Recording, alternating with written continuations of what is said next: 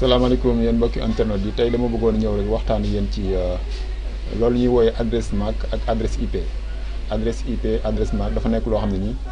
lu am solo la ci wàllu réseau informatique mën naa wax ne sax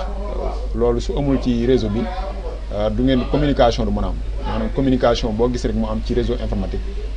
adresse IP daf ci am benn rôle bu muy joué ak adresse MAC. voilà léegi nag adresse IP lay njëkk a gëstu ba xam lan lay signifier comme ni ma ko bindee fii rek. Les ordinateurs pour communiquer doivent avoir une adresse IP maanaam mooy li ma doon wax rek adresse IP moom dafa nekk lu am solo loo xam ne mënul ñàkk ci communication bu réseau informatique. mais nag pour expliquer leen mu yomb comme ni ma ko bindee en français si on compare l'ordinateur à une personne l'adresse IP est similaire à l'adresse de la maison d'une personne par exemple comme ni ma ko defee nii ci photo bi par exemple dama jël benn adresse ni exemple rek wan leen 10 rue Valmy Dakar loolu par exemple ñi nekk Dakar xam nañ adresse boobu par exemple benn rue la bu nekk Sandaga. léegi mooy mën na wax ne adresse boobu noonu mën nañ ko comparer ak adresse IP donc machines yi wala ordinateurs yi pour ñu communiquer il faut ñu am benn adresse boo xam ne nii moo wax ne localité bi la nekk par exemple bu ne joxee adresse IP machine bi rek cela veut dire adresse IP boobu mooy permettre ñu mën a localiser machine bi maanaam kon mën naa wax ne adresse IP li muy jariñ mooy pour localiser machine bi waaw parce que su machine bi su amul adresse de localisation rek pour yeneen machines yi mën a communiquer ak moom du mën a nekk. moo tax mu nekk loo xam ne ni lu am solo loo xam ne mënul ñàkk ci communication réseau informatique loolu nga xam ne mënul ñàkk ci communication réseau informatique. voilà léegi ñu ñëw ci adresse MAC adresse MAC tamit moom nekk tamit encore aussi lu am solo parce que moom tamit moom mooy di déterminer identité machine bi par exemple suñ ko comparé fii ak nit mi ngi mel ne carte d'identité nationale bi nga xam ne moom nga yor moo nekk sa identité parce que nit ki bu amul carte d'identité nationale mën na wax ne amul identité. parce que carte d'identité nationale boobu dafa am benn numéro bu ci nekk numéro boobu noonu moo koy identifier par rapport ak beneen nit par exemple man maa ngi tudd Moustapha Fall sama carte d'identité moo may identifier par rapport ak yeneen nit ñi parce que am na ñeneen ñoo xam ne tudd nañ Moustapha Fall léegi ñooñu seen carte d'identité ak sama carte d'identité du bokk parce que numéro bi ci nekk du bokk léegi adresse MAC tamit noonu la mel ci machine bi adresse MAC bi dafa nekk loo xam ne benn numéro la boo xam ne beneen machine bi bokkule ko sa morom. moom mooy en quelque sorte déterminer identité physique bu machine bi loolu tamit pour ngeen xam ko xamee ne noonu laa fi demee léegi ñu ñëw fii comme léegi xam ngeen lan mooy adresse MAC lan mooy adresse IP ñu am ay types de adresse IP par exemple am na lu ñuy wax adresse IP V4 ak adresse IP V6 léegi nag loolu danaa ci ñëw tuuti expliquer leen parce que pour ma expliquer leen au fond moom day jël temps bu bari mais pour expliquer leen ngeen am benn notion benn idée damay ñëw fii wax leen ne adresse IP V4 lii mooy format par exemple ñeenti chiffre la chiffre bu nekk dafa am benn point bu leen séparé léegi chiffres yi nag ñi ngi nekk entre 0 ba 255 loolu tamit dafa nekk loo xam ne nii mun moo ñëw ci détail pour expliquer parce que day jël temps mais jàppe leen daal bu ngeen gisee format boo xam ne ay chiffres la yoo xam ne 4 chiffres la ba pare ay points séparé leen loolu mooy adresse IP. comme ni ma ko waxee noonu chiffres yooyu dañu commencé de 0 à 255 loolu moo waral adresse IP yi ñi ngi nekk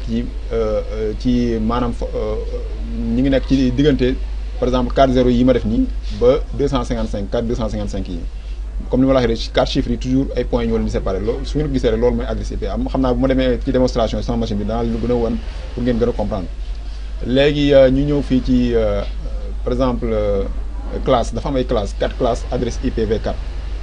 am na classe yu ñuy wax classe A mi ngi commencé ci 4 0 yi nii dem ba 127 ak 3 255 yi classe B moo nekk nii classe C moo nekk nii classe D moo nekk nii waaw te classe yooyu benn bu nekk nag dafa am benn rôle bu muy joué ci li ñuy joxe adresse IP yi ci machine yi loolu tamit bu mu ñëw ci détails yi mais jàpp leen daal lii mooy grosso modo mooy adresse IP V4 léegi adresse IP V6 moom moo gën a compliqué adresse IP V6 moom. par 2 chiffres la 2 chiffres yu ñu boole la comme ni ngeen ko gisee nii 2 chiffres yu ñu boole la te 2 chiffres yooyu noonu ñi ngi ci am 8 parties ñi ngi am 8 parties nga xam ne dafa gudd trop te loolu li ko waral tamit mooy dañoo dem ba adresse IP V4 yi di bëgg a jeex maanaam mën naa wax ne jeex na sax presque ci monde bi loolu moo waral ñu créer adresse IP V6 nga xam ne adresse IP V6 moom mën nañ ci am ay quantité boo xam ne du jeex ba ilaa yawmi diin loolu moo waral mu nekk ñu def ko ci format bi nii léegi lettres yi nag dañ leen xaw a pour ñu ko comprendre da ngeen gis ay lettres yoo xam ne day am ci adresse IP V6 yi mais li ko waral mooy lettres yi parce que boo xoolee bu ñu compter en tant que personne ñun dañuy compter 0 ba 9 par exemple chiffres yi li chiffres yi ñu am bu mu leen ko wax par exemple ci français ñi ngi am 0 ba 9 léegi nag fii nag dañoo yokk yeneen chiffres yoo xam ne yeneen dañoo yokk ay lettres yoo xam ne seen représentation ay chiffres lay doon mais jàppale na ay lettres la ñuy bind par exemple bu dee A mi ngi jël valeur u 10 bu dee B mi ngi jël valeur u 11 bu dee C mi ngi jël valeur u 12 bu dee D mi ngi jël valeur u 13 bu dee E mi ngi jël valeur u 14 bu dee F mi ngi jël valeur u 15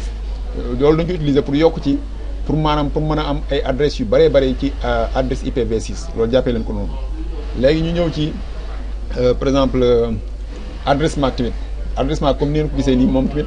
format bi mu jël mooy dafay jël utiliser lettres yi comme lettres yooyu ma la expliqué noonu te moom tamit day format mi ngi nekk ñaari chiffre ngay la ñuy boole ñaari chiffres yooyu ñu am ci 6 parties comme ni ngeen ko gisee nii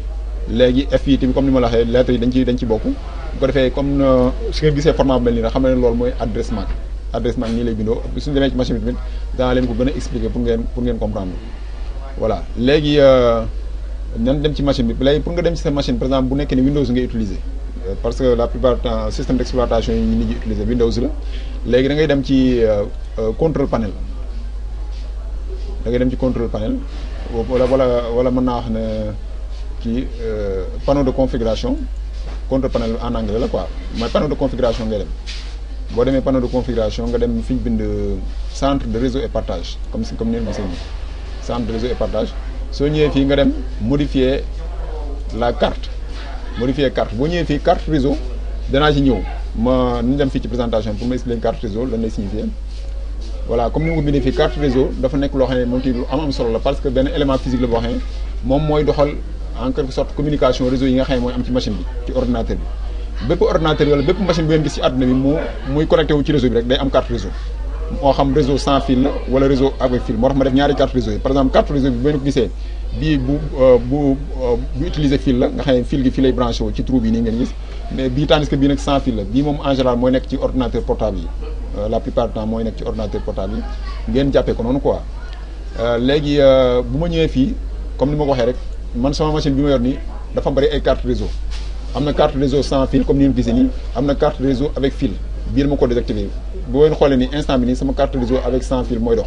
yii nii nekk ay carte la yoo xam ne carte réseau virtuel lañ koy wax maanaam dañu nekk ci machine bi noonu ci système d'exploitation bi mais en réalité nekkuñu ay carte réseau physique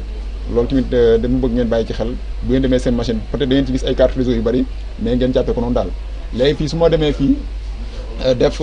ngeen def clic droit après nga dem ci statut léegi boo demee ci statut fii nii après nga def détail fii daf lay génneel adresse IPv4 bi ma doon wax moo nekk nii gis nga nii 4 chiffres la chiffre bu nekk dafa séparé benn point chiffre bu njëkk mi ngi nekk 192 bi ci topp mi ngi nekk 168 bi ci topp mën naa wax chiffre wala nombre quoi bi ci topp mi ngi nekk 1 bi ci nekk mi ngi nekk point 100 lii mooy adresse IPv4 moom mooy nekk adresse IPv4 bu sama machine comme ni ngeen ko gisee nii voilà léegi lii mooy am na ci yenn détails yoo xam ne moo ci ñëw adresse physique bi mooy li ñu bind adresse physique mooy adresse MAC bi comme ni ma ko expliqué woon rek moom tamit 6 parties la partie bu nekk deux chiffres la 2 chiffres comme ni ma ko léegi gis nga ni lettre E D ak F yëpp dañ koy utiliser lettre bu nekk déjà wax naa leen valeur bi nga xam ne moom lay représenté ci adressage yi nga xam ne moom la ñuy def daal donc ñaari adresse yi nag ñooy permettre machine bi mu mën a communiquer mu mën a am connexion sax internet fi ne nii su ma amul woon adresse MAC bi ak adresse IP mënu ma am connexion internet mais grâce à adresse jàppale ne adresse la boo xam ne daal adresse bu indispensable la mënul ñàkk ci communication réseau donc da ngeen war a xam ne kon nag lu point bu fondamental la ci communication réseau pour ngeen xam parce que bugguma dugg ci détails yi parce que su ma defee loolu vidéo bi day gudd trop mais en tout cas daal lii laa ne woon naa leen koy pour comme information pour ngeen am au moins benn idée ci li ñu wooyee adresse IP ak adresse MAC da ngay faral dégg sax par exemple nit bu defee tooxi doona ñu ne dañuy fexe ba xam adresse IP bi rek bu ñu xamee adresse IP bi dana mën a jàpp ci ko parce que effectivement adresse IP boobu mooy déterminer machine bi fan la nekk suñu xamee adresse IP bi fi mu nekk rek machine bi dañ koy daal di mën a localiser xam fan la situé wu pour mën a dem teg loxo nit kooku noonu kon nag loolu moo tax ma ne adresse IP daal ak adresse MAC vraiment dafa nekk loo xam ne lu indispensable la lu mënut a ñàkk ci communication réseau loolu laa ne woon naa leen ko indi comme information di leen jaajëfal ñëpp baax na wasalaam